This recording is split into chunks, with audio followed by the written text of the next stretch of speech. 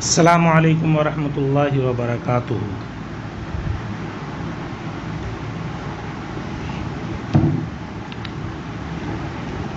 بسم اللہ الرحمن الرحیم۔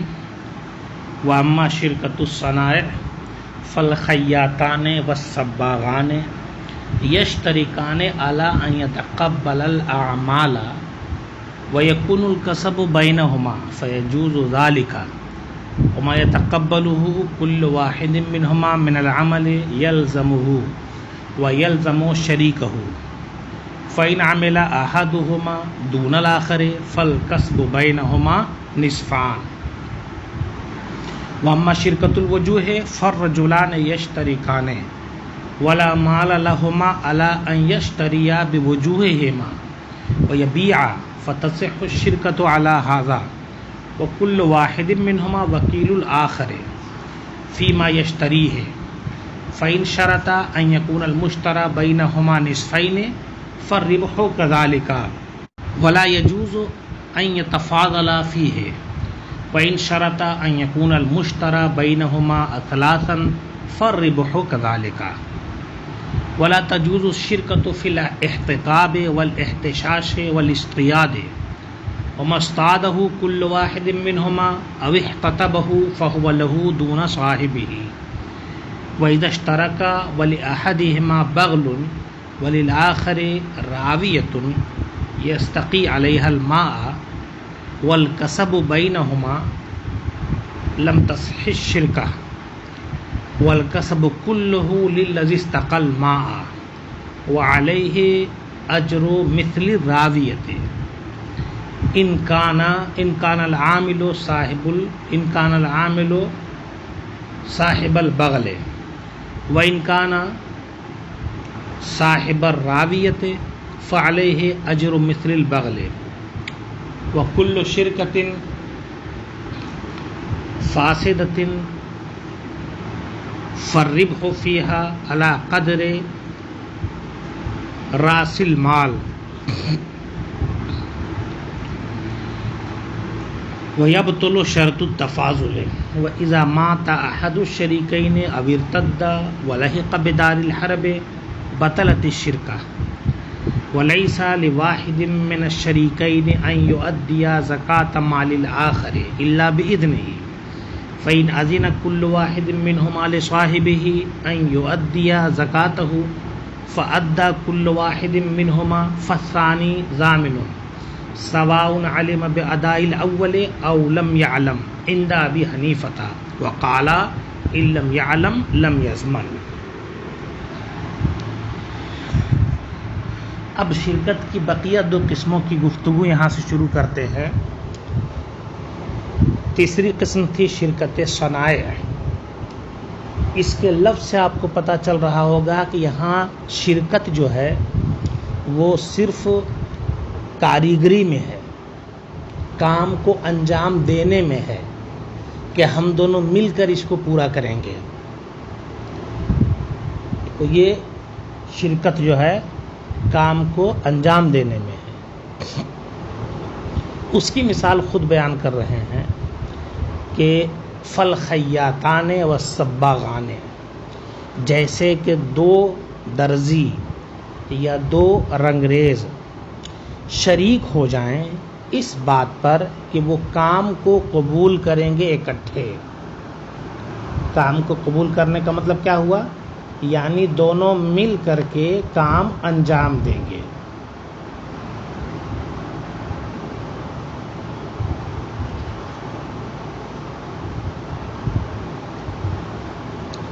تو ایسی صورت میں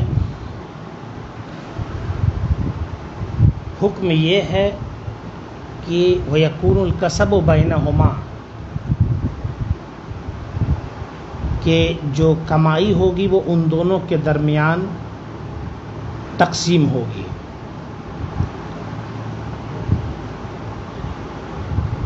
یہ جائز ہے، فَيَجُوزُ ذَلِكَ، یہ صورت جائز ہے۔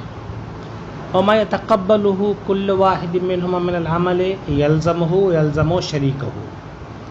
اب ان دونوں میں سے جو کوئی کام لے، جیسے دو ٹیلر نے طے کیا کہ دونوں مل کے کپڑا سلیں گے، ایک ٹیلر ایک درزی نے کسی کا کپڑا لیا سلنے کے لیے تو کہتے یلزمہ و یلزم شریکہ، تو اب اس کپڑے کی سلائی اس پر بھی لازم ہے اور اس کے شریک دونوں پر لازم ہے،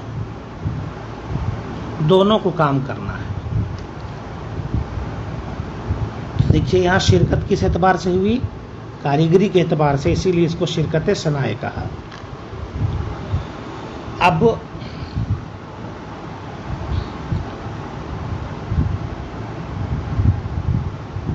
دونوں میں سے ایک صاحب کام کر رہے ہیں، دوسرا نہیں کر رہا ہے، تو کیا حکم ہے؟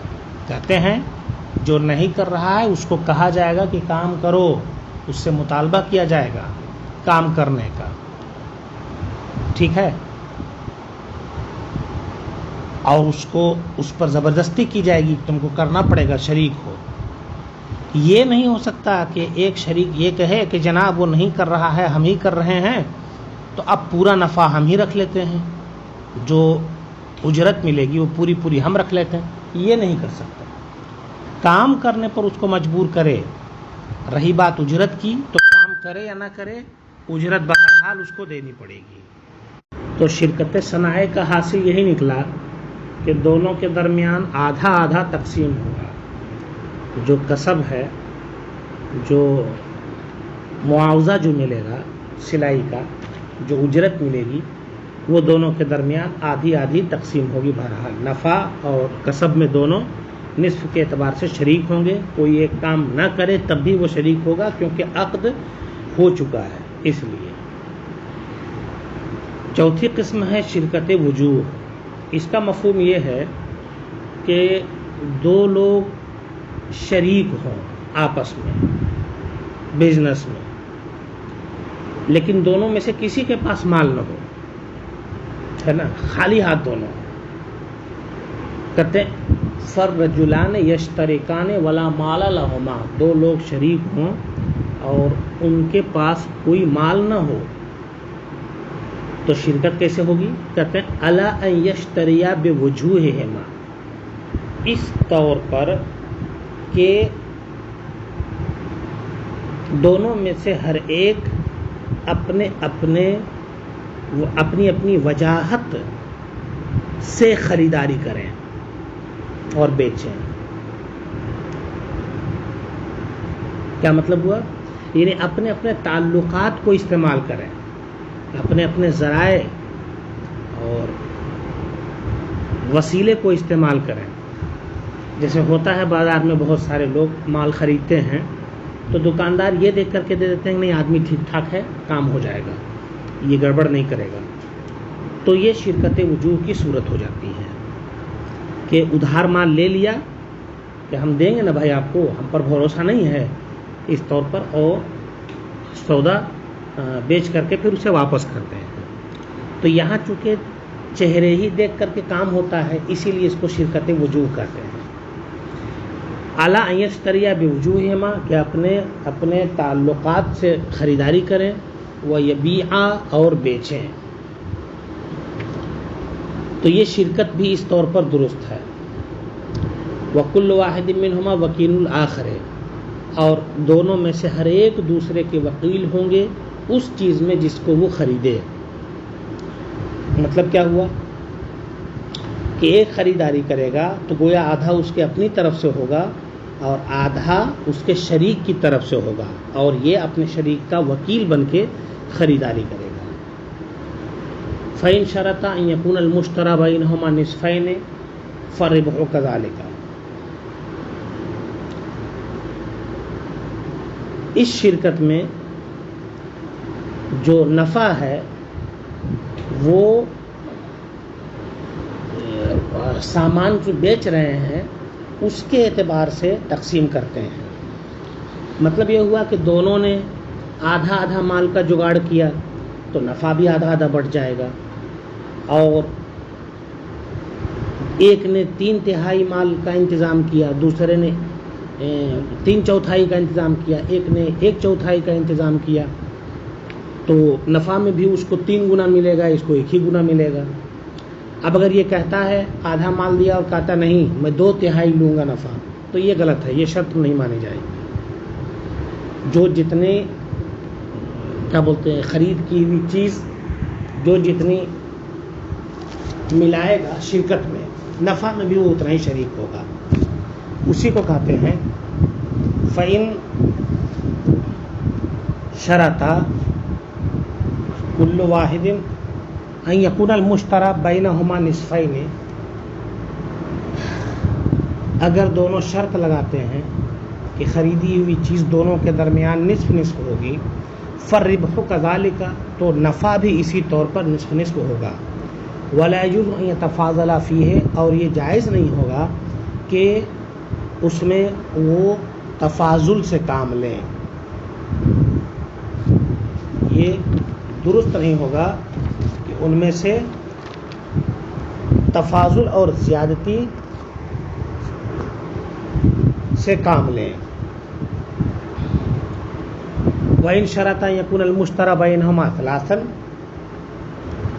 اور اگر انہوں نے شرط رکھی کہ خریدی ہوئی چیز ان دونوں کے درمیان 3 ثلث کے اعتبار سے ہوگی، ایک کو 2 ثلث ملے گی، ایک کو 1 ثلث، تو ظاہر سی بات ہے چونکہ اب جس سامان کو خرید رہے ہیں اسی سامان میں یہ صورت پائی گئی ہے، تو لہٰذا نفع بھی اب دونوں کے درمیان اسی اعتبار سے تقسیم ہو جائے گا، ہے نا، کہ 3 ثلث نفع کے کریں گے، اور جس نے 2 ثلث مال ملایا ہے اس کا 2 حصہ ہوگا، جس نے 1 ملایا ہے اس کا 1 حصہ ہوگا۔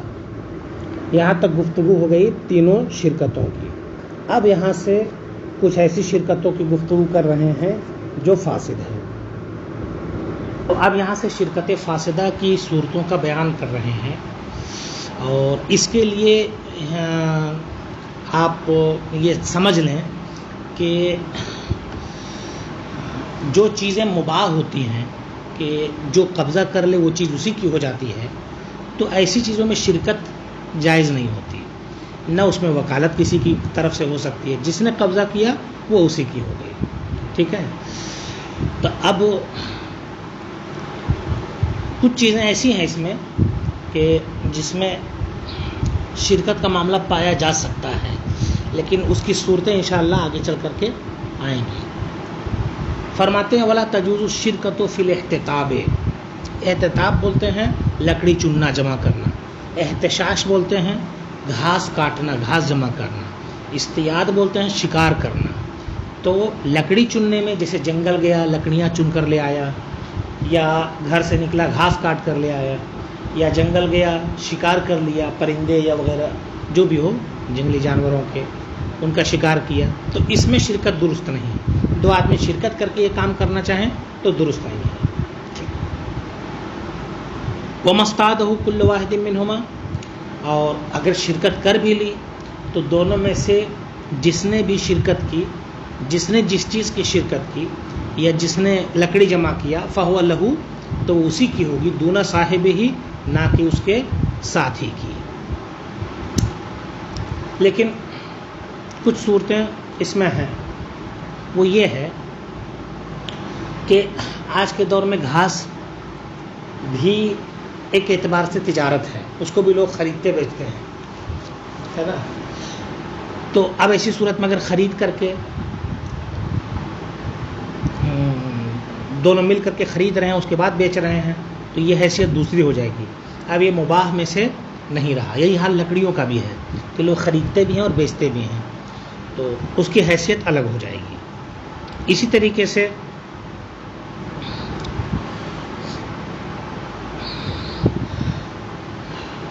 دو لوگ گئے جنگل اور ایک نے گھاس کاٹی، دونوں میں معاہدہ تھا کہ برابر برابر تقسیم کریں گے، اکٹھے گئے، ایک نے گھاس کاٹی، ایک کا کام تھا کاٹنا، دوسرے کا کام تھا گٹھر وغیرہ بنانا، اور بنانے کے بعد پھر اس کو جمع کرنا، جمع کرنے کے بعد پھر اس کو لے کر کے آنا، ہے نا، اس طرح سے دوسرے نے مدد کی۔ تو اب ایسی صورت میں بہرحال یہاں جو ہے وہ لگتا تو یہی ہے کہ جس نے گھاس کاٹی گھاس اسی کی ہے اور ملکیت کے طور پر اسی کو اجرت وغیرہ ملے گی، دام ملے گا اسی کو اگر وہ بیچتا ہے تو۔ لیکن اسی کو دام ملے گا، اور جس نے مدد کی ہے تو اس کو اجرت ملے گی جس طرح کا تعاون کیا ہوگا۔ لیکن اس میں خرابی یہ ہے کہ ایسا ہو سکتا ہے کہ گھاس جو جمع کیا تھا وہ 10 روپے میں بکے، آج جس نے کام کیا ہے اس کی اجرت بھی 10 روپیہ ہو جائے، تو پھر کاٹنے والے کو کچھ نہیں ملے گا۔ اس لیے یہاں ایک صورت یہ نکالی جاتی ہے کہ نہیں، دونوں کے درمیان جو نفع ہوگا وہ آدھا آدھا تقسیم ہو جائے گا، تاکہ کسی کا بھی نقصان نہ ہونے پائے۔ تو یہ ایک صورت ہے۔ آگے فرماتے ہیں اب مباحی صورتوں میں سے کہ جیسے پانی کنواں ہے، جس نے پانی نکالا تو اس کی صورت بھی مباحی والی ہے، جس نے نکالا اسی کا ہو جاتا ہے نا۔ تو اب اس میں ایک صورت یہ بیان کر رہے ہیں کہ اگر دو لوگ شریک ہو جائیں، ایک کے پاس خچر ہو اور دوسرے کے پاس ڈول یا مشکیزہ ہو جس میں پانی بھرتے ہیں، ہے نا، اور اس کے بعد دونوں مل کر کے پانی کھینچیں، ہے نا، تو کیا حکم ہوگا؟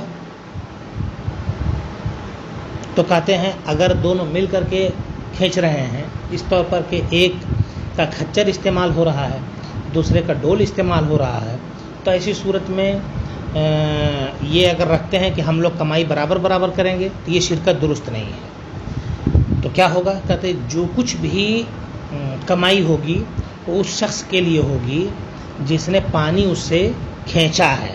ظاہر سی بات ہے، ایک کا کھچر ہے دوسرے کا ڈول ہے، تو ظاہر سی بات ہے پانی دونوں میں سے کسی ایک ہی نے کھینچا ہوگا، ٹھیک ہے، تو اگر ڈول والے نے کھینچا ہے تو اس کا ہو گیا، پانی کھچر والے نے کھینچا ہے تو اس کا ہو گیا۔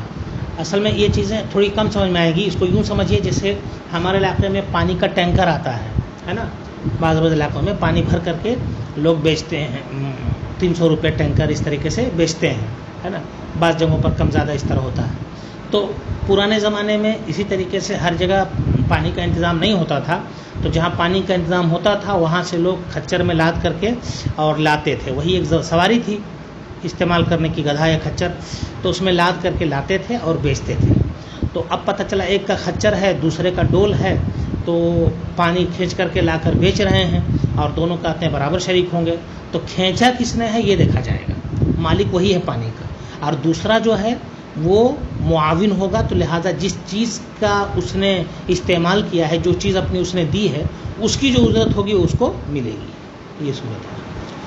کہتے ہیں وَإِذَا اشْتَرَكَ وَلِأَحَدِهِمَا، جب دونوں شریک ہوں اور ان میں سے ایک کا کھچر ہو اور دوسرے کا ڈول ہے، راویہ چمڑے کا مشکیزہ یا ڈول اس طرح کے لیے بولتے راویہ، یستقی علیہ الماء، جس سے پانی کھینچیں گے، والکسب بینہما، اور کمائی دونوں کے درمیان ہوگی مشترک، لم تصح الشرکت، تو یہ شرکت درست نہیں ہوگی۔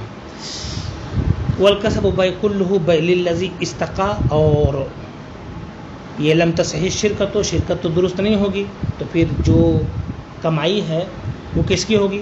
تو والکسب کلہ للذی استقی الماء، اور کمائی کل کے کل اس کی ہوگی جس نے پانی کو کھینچا ہے، وعلیہ اجر مثل البغل، اور ظاہر سی بات ہے اگر کھچر والا معاون ہے تو کھچر والے کے کھچر کے ذریعہ ڈھونے میں جو اجرت دی جاتی ہے تو وہ کھچر والے کا وہی حق بنے گا، اور پانی کھینچنے والے پر لازم ہے کہ اس کو اجرت اتنی دے، اور اگر ڈول والا ہے تو ڈول کی جو اجرت بنتی ہے، نہیں کھچر والے نے کھینچا ڈول والے کی معاونت رہی تو ڈول کتنے میں اجرت کے طور پر ملتا ہے اتنی اجرت ڈول والے کو دی جائے گی۔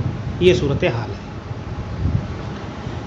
آگے اسی شرکت فاسدہ کا ایک ضابطہ بتاتے ہیں کہ وہ کل شرکت فاسدۃ فالربح فیہا علی قدر راس المال، شرکت ہوئی ہے چاہے جو بھی شرکت ہو، اب کسی وجہ سے وہ شرکت فاسد ہو گئی، جب شرکت فاسد ہو گئی تو نفع کے لیے اگر کوئی شرط ٹھہرایا ہے دونوں نے تو وہ بھی ختم ہو گئی، اس شرط کا بھی اعتبار نہیں کیا جائے گا، تو پھر اب دونوں کے درمیان کیسے تقسیم کریں گے؟ کہتے ہیں جتنی پونجی جس نے لگائی ہے اسی کے مطابق اس کو مال دے دیا جائے گا۔ ظاہر سی بات ہے شرکت جب ہوتی تو ان کا آپس میں نفع کے تعلق سے گفتگو کرنا یہ سمجھ میں آتا، لیکن جب شرکت ہی نہیں ہے دونوں کے درمیان، شرکت ہی ختم ہو گئی، اسی پر نہ بنیاد ہے نفع کی، ہے نا، شرکت ہی پر نفع کی بنیاد ہے، تو عقد شرکت ہوا اسی میں پھر یہ طے ہوا کہ ہم 40% لیں گے، ہم 60% لیں گے. اب عقد شرکت ہی ختم ہو گئی تو جو اس پر جس کی بنا تھی 40% اور 60% کی وہ بھی ختم ہو گیا. اب یہاں ہے کون سی چیز؟ وہ یہ ہے کہ دونوں کا آدھا آدھا مال موجود ہے تو دونوں کو آدھا آدھا نفع دے دیا جائے گا سیدھے سیدھے. کہتے ہیں ہر شرکت جو فاسد ہو جائے تو اس میں نفع اعلیٰ قدر راس المال پونجی کے اعتبار سے ہوگا، پونجی کی مقدار کے اعتبار سے ہوگا، اور تفاضل کی شرط وہاں باطل ہو جائے گی. اب شرکت کے بطلان کی صورت کیا ہے؟ کہتے وَإِذَا مَاتَ أَحَدُ الشَّرِيكَيْنِ، دو لوگ شرکت کر کے کوئی کام کر رہے ہیں، ان میں سے ایک کا انتقال ہو گیا، ایک مر گیا. تو جب ان میں سے ایک مر گیا، انتقال ہو گیا، اب ارتدا یا مرتد ہو گیا یا دار الحرب چلا گیا، ہے نا. ظاہر سی بات ہے مرتد ہو جائے، دار الحرب چلا جائے تو پھر اس کا یہاں وہ موت ہی کی طرح ہے نا. بطلت الشرکت ہو تو یہ شرکت باطل ہو جائے گی، کیونکہ ظاہر سی بات ہے شرکت کا مدار وکالت پر ہے. اب جب انتقال ہو گیا تو مردہ تو وکیل ہو نہیں سکتا کسی کا، لہٰذا ایسی صورت میں یہ شرکت ختم ہو جائے گی. وَلَيْسَ لِوَاحِدٍ مِّنَ الشَّرِيكَيْنِ أَن يُؤَدِّيَ زَكَاةَ مَالِ الْآخَرِ إِلَّا بِإِذْنِهِ. اب ایک مسئلہ یہاں دوسرا بیان کر رہے ہیں، وہ یہ ہے کہ دو لوگوں نے شرکت کی، شرکت کرنے کے بعد ان کا مال بقدر نصاب ہو سکتا ہے پہنچ جائے. اگر پہنچ گیا تو ایسی صورت میں دونوں شریک اپنے اپنے حصے کی زکوٰۃ خود نکالیں گے. یہ نہیں ہے کہ ایک صاحب دوسرے کی نکال دیں گے، وہ صاحب اس کی نکال دیں گے، ایسا نہیں. ہاں یہ اسی صورت میں ہے جب کہ اس کو کہے کہ میں آپ کی زکوٰۃ نکال دیتا ہوں اور اس کی طرف سے اجازت مل جائے. جیسے عام حالات میں ہے کہ آپ کسی کی زکوٰۃ نہیں نکال سکتے، اگر نکالنا چاہیں تو اس سے اجازت لینی پڑے گی، اگر وہ اجازت دے دیں تو نکال سکتے ہیں ورنہ نہیں نکال سکتے. تو اسی طور پر جو ہے وہ شرکت کا معاملہ بھی ہے.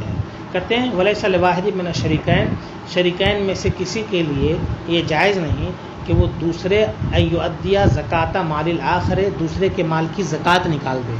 دوسرے کے مال کی زکوٰۃ کا مطلب دوسرے کی طرف سے زکوٰۃ نکال دے، الا بِإِذْنِهِ، مگر اس کی اجازت سے. وہ اگر اجازت دیتا ہے تو ٹھیک، ورنہ نہیں. فَإِنْ أَذِنَ كُلُّ وَاحِدٍ مِّنْهُمَا لِصَاحِبِهِ أَن يُؤَدِّيَ زَكَاتَهُ. اب ایک مسئلہ یہ بیان کرتے ہیں کہ دونوں میں سے ہر ایک نے دوسرے کو اجازت دے دی، ہے نا، کہ جناب زکوٰۃ میری طرف سے دے دینا، ٹھیک ہے، ہو گیا. اب اتفاق سے یہ ہوا کہ دونوں میں سے ہر ایک نے زکوٰۃ بھی دے دی. دو شریک میں سے ہر ایک نے کہا تھا کہ جناب میری طرف سے تم زکوٰۃ دے دینا، اس نے کہا تم میری طرف سے زکوٰۃ دے دینا. یہ ہو گیا، دونوں نے ایک دوسرے کو اپنی زکوٰۃ کی اجازت دے دی اور اتفاق سے دونوں نے زکوٰۃ ادا کر دی. پہلے نے سوچا کہ پتہ نہیں وہ دے گا کہ نہیں دے گا، اس لیے دے دی اس نے دونوں کی طرف سے، کہ کہا ہے بھائی دے دیتا ہوں، اپنی بھی اس کی بھی ہو جاتی ہے، زکوٰۃ نکل جائے گی.